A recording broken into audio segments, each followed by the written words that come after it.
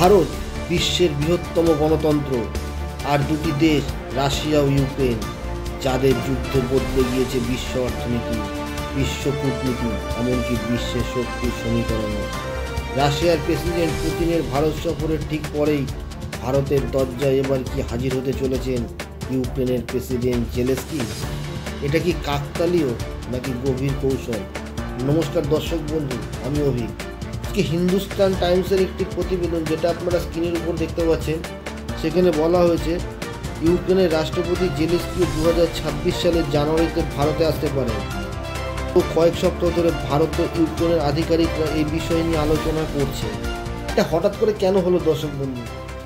ভারত কেন তাদের সাথে আলোচনা টেবিলে যাচ্ছে? এর মধ্যে দুটো কারণ দেখছে বিশ্লেষকেরা। ভারত একটা ব্যালেন্সিং অ্যাপ্রোচে চলছে, কিন্তু তার থেকেও বড় জিনিস, যেটা রাশিয়ার প্রেসিডেন্ট পুতিন আসার সঙ্গে সঙ্গে ভারতের সাথে কিছু কথোপকথন হয়। একদম কনফার্ম কথোপকথন হয়েছে যে যুদ্ধ বন্ধ নিয়ে। প্রথমেও এটা ইউক্রেনের থেকে চাপ আসছিল ভারতের উপরে যে ভারত যাতে কোনো মধ্যস্থতা করে। জেলেস্কি এরকমও বলেছে পুতিনকে ভারত বললে পরেই পুতিন রাজি হবে যে যুদ্ধ বন্ধের জন্য। এটা আসলে সম্ভব না, পুতিন ভারতের কথায় পুরোপুরি রাজি হবে এটা কোনো এই কমেন্টসটা অতটা ঠিক না। কিন্তু ভারতের একটা মধ্যস্থতা যে থাকবে সেটা পরিষ্কার। ভারতের কথায় যুদ্ধ বন্ধ হয়ে যাবে এটা আমরা একবারও বলছি না, যে ভারত বললো কালকে পুতিন যুদ্ধ বন্ধ করে দিল। প্রতি কটা দেশ যখন যুদ্ধে যায় তার নিজের কিছু ইন্টারেস্ট থাকে, সেই ইন্টারেস্ট কিছু আছে, সেই জন্যই যুদ্ধে গেছে। যুদ্ধে নাহলে এত ব্যয়।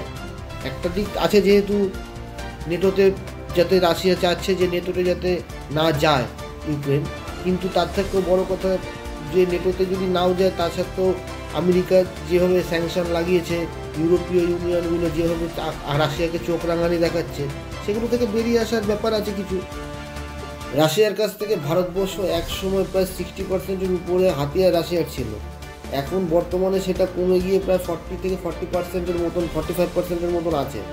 কিন্তু কথা হচ্ছে একটা দেশ বা একটা দেশের উপর থেকে কখন যুদ্ধের জিনিসপত্র কেনে, সামরিক জিনিস, এটা কোনো ছোটোখাটো ব্যাপার না। সেটা বোঝা যায় একটা দেশের সাথে একটা দেশের সম্পর্ক কতটা ঘনিষ্ঠ।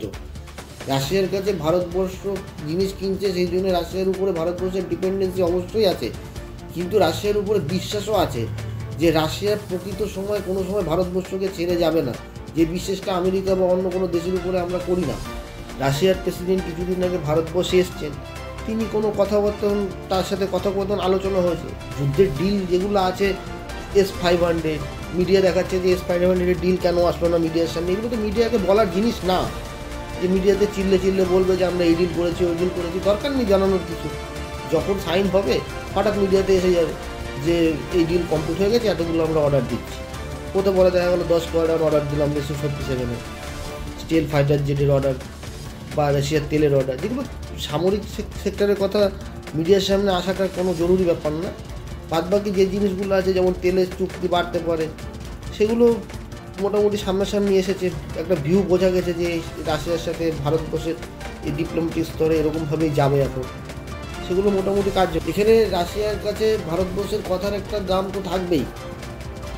রাশিয়ার কাছে কথা বলতে দাম থাকবে। জেলেস্কি সেই দিকেই ভাবছেন যে রাশিয়া যদি ভারতবর্ষ বলে তাহলে পরে হয়তো কাজটা হবে, যুদ্ধটা থামতে পারে।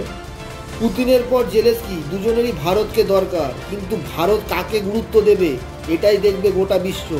আসন্ন সফর কি যুদ্ধের গতি বদলে দেবে, নাকি ভারত নতুন এক বিশ্ব কূটনৈতিক অধ্যায়ের সূচনা করতে চলেছে? কমেন্টে লিখে জানাবেন। ভিডিওটি ভালো লাগলে লাইক করবেন, কমেন্টস করবেন, সাবস্ক্রাইব করবেন, সঙ্গে থাকবেন। সবাই সুস্থ থাকবেন, ভালো থাকবেন। জয় হিন্দ, ভারত মাতার জয়।